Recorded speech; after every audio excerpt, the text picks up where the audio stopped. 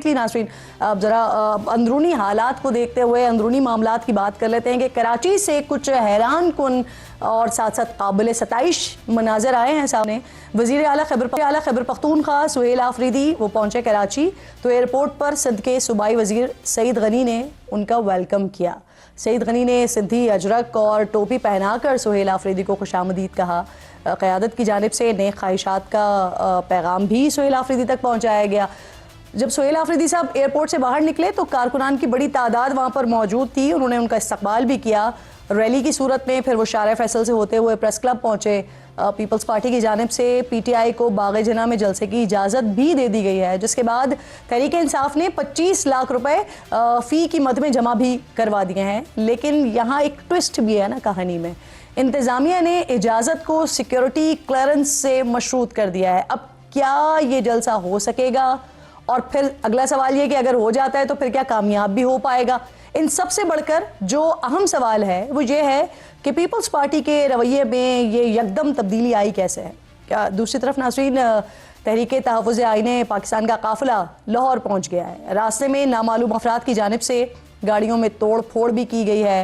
ये कौन लोग थे इसका मालूम नहीं हो सका, लेकिन क्या पंजाब भी सिंध की तरह वेलकम करके जो सियासी दर्जा हरारत है इस वक्त इसको कूल डाउन नहीं कर सकता था? लाहौर पहुंचने के बाद मीडिया से गुफ्तगू में तहरीक तहफ़्फ़ुज़ आइन के सरबरा महमूद खान चकज़ई का कहना है कि हुकूमत से मुज़ाकरात और इमरान खान की रिहाई उसी सूरत में मुमकिन है कि जब 8 फरवरी की पहिया जैम हड़ताल कामयाब हो। इस पर बात करने के लिए प्रोग्राम में बैरिस्टर अकील मलिक वज़ीर मुमलिकत हैं बराए कानून मुझे ज्वाइन कर रहे हैं। आपकी बेहद शुक्रगुजार हूँ मलिक साहब। ये दो जो सिचुएशंस डेवलप हुई हैं इस पर ज़रा पहले बात कर लेते हैं। सर, ये लाहौर पहुँचे, गाड़ियों में तोड़ फोड़ हुई, इससे पहले सुहेल आफरीदी साहब लाहौर आए थे, उनको भी जगह जगह रुकावटों का सामना करना पड़ा था। असेंबली पहुँचे थे, वहाँ भी माहौल अच्छा नहीं था। लेकिन आज कराची में ज़रा सिचुएशन डिफरेंट है ना, वो वहां पर जाते हैं, उनका एक वजीर इस्तकबाल भी कर रहे होते हैं, वेलकम किया जाता है, अजरक और टोपी रिवायती पेश की जाती है। अच्छा नहीं होता कि यहां पर भी यही सब कुछ होता जो वहां हुआ, जो काबिल सताइश अमल है? मलिक साहब जी, बिस्मिल्लाहिर्रहमानिर्रहीम। किरण साहब बहुत बहुत शुक्रिया।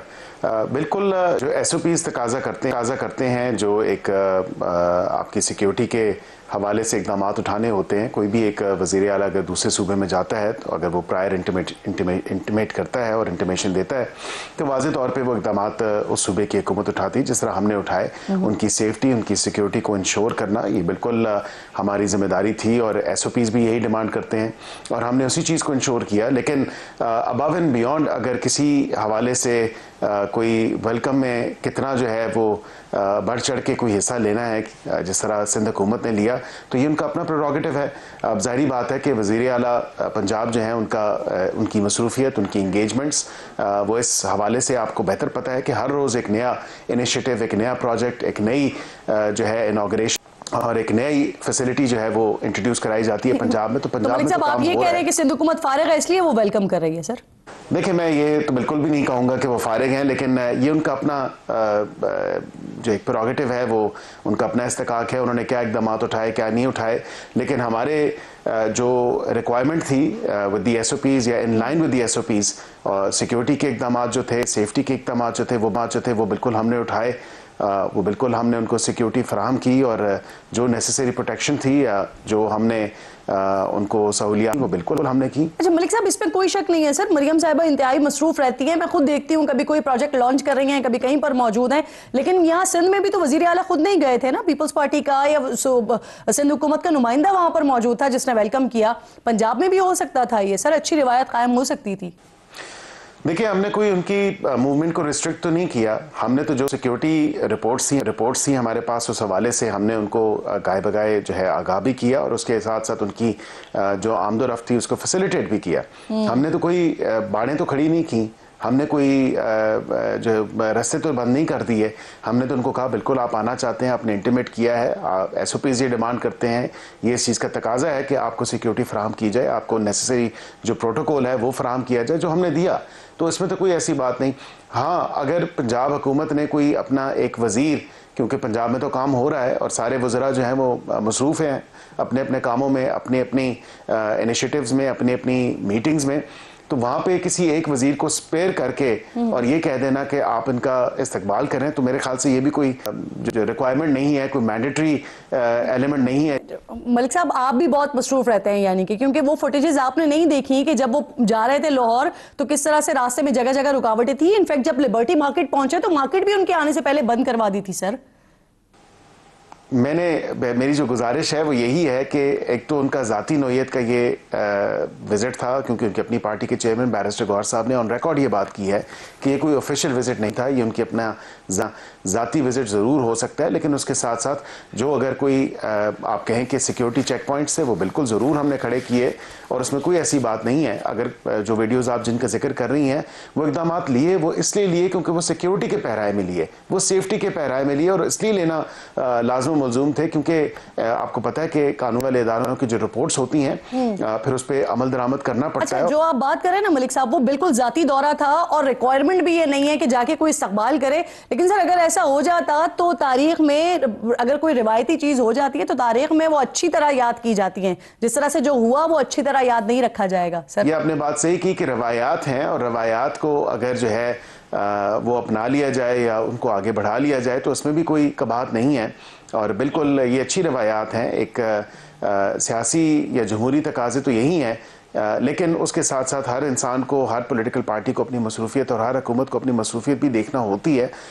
तो उसको देखते हुए, इन तमाम चीज़ों को देखते हुए मेरे ख्याल से जो इक़दाम उठाए गए वो इन लाइन विद SOPs थे और in line with security protocols थे। चलिए, आप इस बात को तो अग्री कर रहे हैं। सर, अब तहरीक तहफ़्फ़ुज़ आइन वो जो कह रहे हैं कि गाड़ियों पर हमला किया गया, रिक्शा ड्राइवर पर तशद्दुद किया गया, ये पंजाब पुलिस की जानिब से किया गया, तो इसकी इंक्वायरी होनी चाहिए। और आप समझते हैं कि ये काबिल मजम्मत अमल है? मजम्मत करेंगे आप इसकी? मैं बिल्कुल इस अमल की मजम्मत करता हूं, लेकिन इस हद तक कि अगर कोई प्रूफ है उनके पास के वो पंजाब पुलिस ने तोड़ी है तो फिर सामने लेके आए। देखिए ना, ये झूठा क्लेम कर देना और उसको सब्सटेंशिएट ना करना और फिर ये कह देना कि ये पंजाब हुकूमत के जो अफसरान हैं उन्होंने या पंजाब पुलिस के अफसरान ने तोड़ी हैं, तो ये भी ज़्यादती है। और ये कोई एक फेयर बात नहीं है कि अगर आप इल्ज़ाम ठहराएं और पंजाब हुकूमत को या पंजाब की एडमिनिस्ट्रेशन को मुद्दे इल्ज़ाम ठहरा लें और कहें कि जी ये गाड़ियाँ उन्होंने तोड़ी हैं। क्या कोई वीडियो, क्या कोई CCTV मंजर आम पे आई? बिल्कुल भी नहीं आई।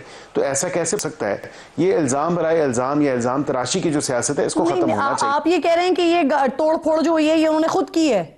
मुझे तो यही लगता है, मैं तो इससे यही अखज़ कर सकता हूँ, क्योंकि उसके अलावा तो ना कोई सबूत है, ना कोई प्रूफ है, ना कोई एविडेंस है, ना कोई CCTV है, ना कोई एमेचर वीडियोज़ हैं, और ख़ुद ही से कह देना कि ये पंजाब की पुलिस ने तोड़ी हैं, तो फिर ये भी ज़्यादती है। ये इल्ज़ाम जो है वो सब्सटेंशिएटेड नहीं है, अनसब्सटेंशिएटेड क्लेम है जिसका कोई एविडेंस, कोई सबूत जो है वो मौजूद नहीं है। आप इल्ज़ाम लगा रहे हैं, आप कह रहे हैं कि जो तोड़फोड़ हुई है वो उन्होंने खुद की है। बहरहाल जी, जलसे की इजाज़त सिंध हुकूमत ने दे दी है, पंजाब में जलसे की इजाज़त मांगी जाती है तो हमारे पास सिचुएशन हमारे सामने कुछ और आती है। मलिक साहब, सवाल आपके लिए छोड़ के गई थी कि अब जब वज़ीर आला पहुंचे हैं सिंध तो वहां पर उनको जलसे की इजाज़त भी मिल गई है ना, फ़ी भी जमा करवा दी है। लेकिन अगर यही इजाज़त पंजाब में मांगी जाती है मलिक साहब, तो यहाँ पर आप लोग फिर सिक्योरिटी के मसाइल बताते हैं और फिर इजाज़त नहीं देते, तो वो कौन से मसाइल हैं जो यहाँ आते हैं लेकिन वो सिंध में नहीं आ रहे हैं? सर देखिए, अब इसके ऊपर तो मेरे पास वाज़ेह तौर पे मैं आपको ये नहीं बता सकता कि उसकी क्या वजूहात हैं, क्या नहीं है, क्योंकि कुछ सिक्योरिटी नाफिद करने वाले इदारे हैं, उनकी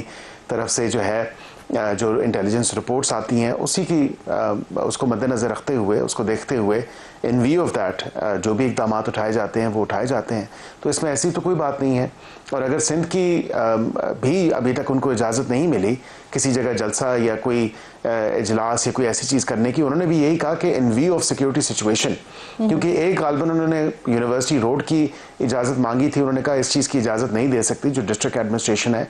लेकिन उसके साथ साथ ये भी है कि जो बाग़ जना की बात की जा रही है वहाँ पर भी इन व्यू ऑफ सिक्योरिटी सिचुएशन जो सिक्योरिटी क्लियरेंस या सिक्योरिटी इदारों की तरफ से जो रिपोर्ट्स आएंगी उनकी रोशनी में उनको मद्देनजर रखते हुए जो भी इजाज़त होगी तभी दी जा सकती है।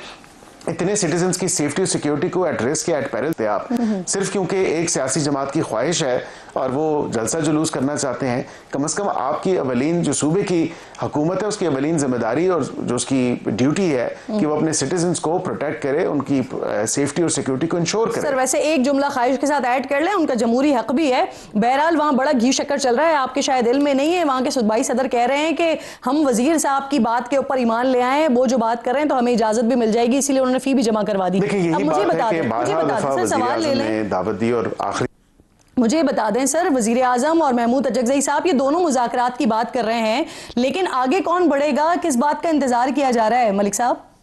देखिए यही बात है कि 12 दफ़ा वज़ीर आज़म ने दावत दी और आखिरी मरतबा काबीना का इजलास शुरू होने से पहले बाज़ाब्ता तौर पे दावत दी गई, लेकिन यहाँ पे जो इशू है वो ये आ रहा है कि बावजूद इसके कि मैंडेट उनके पास है, बावजूद इसके कि मज़ाकरात के अमल से वो बखूबी वाकिफ़ हैं, बावजूद इसके कि उनको ये इस बात का इदराक है कि वज़ीर आज़म ने एक नहीं मुतअद्दिद बार दावत दी है, तो फिर उस प्रोसेस को बढ़ाने के लिए देखें ना, पहले आप तो नहीं हो सकता और ये होना भी नहीं चाहिए।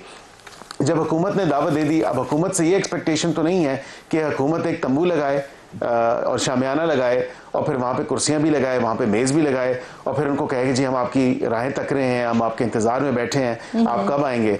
ऐसा तो नहीं है। जो मोस्ट अप्रोप्रिएट फोरम है किरण साहिबा वो पार्लियामान है और पार्लियामेंट के अंदर भी custodian of the house speaker national assembly ने फैसिलिटेशन का अंदिया दिया है। उन्होंने कहा है कि मैं अपने जो मेरे गुड ऑफिसेज हैं उनका इस्तेमाल आप कर सकते हैं, मैं फैसिलिटेट करने के लिए तैयार हूँ। कमेटीज़ वही होंगी, उसमें ऑप्ट इन कर लें मेंबर्स या कुछ मेंबर्स बेशक आप उसमें रद्दबदल कर लें। वही कमेटीज हैं जो हुकूमती साइड से और अपोजिशन साइड से कमेटीज। यानी आप ये कह रहे हैं कि जितना आपने करना था वो कर लिया है, अब मेज लगाने, तंबू लगाने या जितने भी कदम बढ़ाने हैं वो अपोजिशन नहीं बढ़ाने? नहीं, जो कदम बढ़ाना है वो क्योंकि वज़ीर आज़म की दावत के बाद और मुतअद्दिद बार उनकी जो पेशकश और दावत दी है उसके बाद मैं समझता हूँ कि स्पीकर साहब ने भी उस पर मोहर साबित कर दी। स्पीकर साहब ने भी कहा कि वो फैसिलिटेशन के लिए तैयार हैं। तो मेरे ख्याल से जब पार्लियामान सुप्रीम अदारा है तो बिल्कुल जो सुप्रीमेसी है उसको देखते हुए, जानते हुए मैं समझता हूँ कि ये पार्लियामान का हिस्सा भी है। अजगज़ई साहब खुद भी ये मेंबर नेशनल असम्बली हैं, वहीं से उसका आगाज़ करें और जाएं स्पीकर साहब के पास और कहें कि जी वज़ीर आज़म ने दावत दी है तो आपने भी फैसिलिटेशन का बोला है तो फिर ये इसका आगाज़ कर लेते हैं।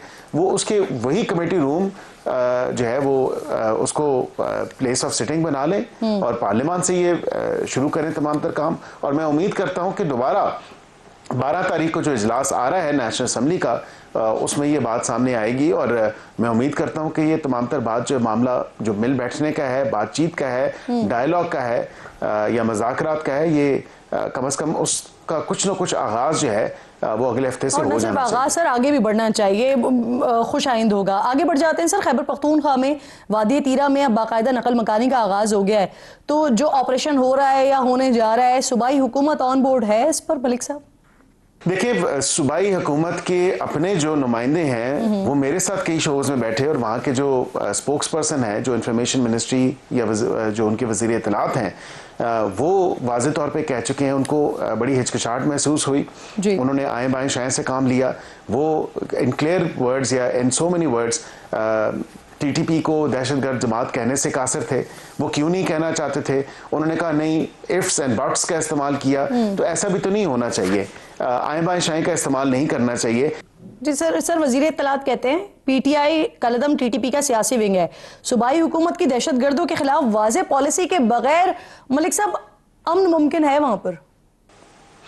देखिए इंटेलिजेंस बेस्ड ऑपरेशंस जो हो रहे हैं बिल्कुल वाज़े तौर पे, क्योंकि लॉ एंड ऑर्डर जो एक सब्जेक्ट है वो सूबाई सब्जेक्ट है, लेकिन उसके साथ साथ वफाक की भी जिम्मेदारी है जहां मुल्क की नेशनल सिक्योरिटी, मुल्क की सॉवरेनिटी, मुल्क की खुद मुख्तारी या बॉर्डर एरियाज़ पे जहाँ पे अगर बात करें तो वाज़े तौर पे वो हमारी जिम्मेदारी बनती है। और इतना पोरस बॉर्डर है और क्रॉस बॉर्डर टेररिज्म के हवाले से आप बखूबी जानती हैं, जो तमाम आदाद शुमार DGISPR साहब ने जो शेयर किए वो तमाम तर फैक्ट्स और फिगर्स आपके सामने भी रखे, कौम के सामने भी रखे। तो मैं समझता हूँ कि अगर सूबे की हुकूमत अभी भी किसी किस्म का तावन नहीं करना चाहती तो ऑपरेशन तो होगा और ऑपरेशन होना ज़रूरी है, क्योंकि वहाँ पे लोगों को बेयारो मददगार नहीं छोड़ा जा सकता।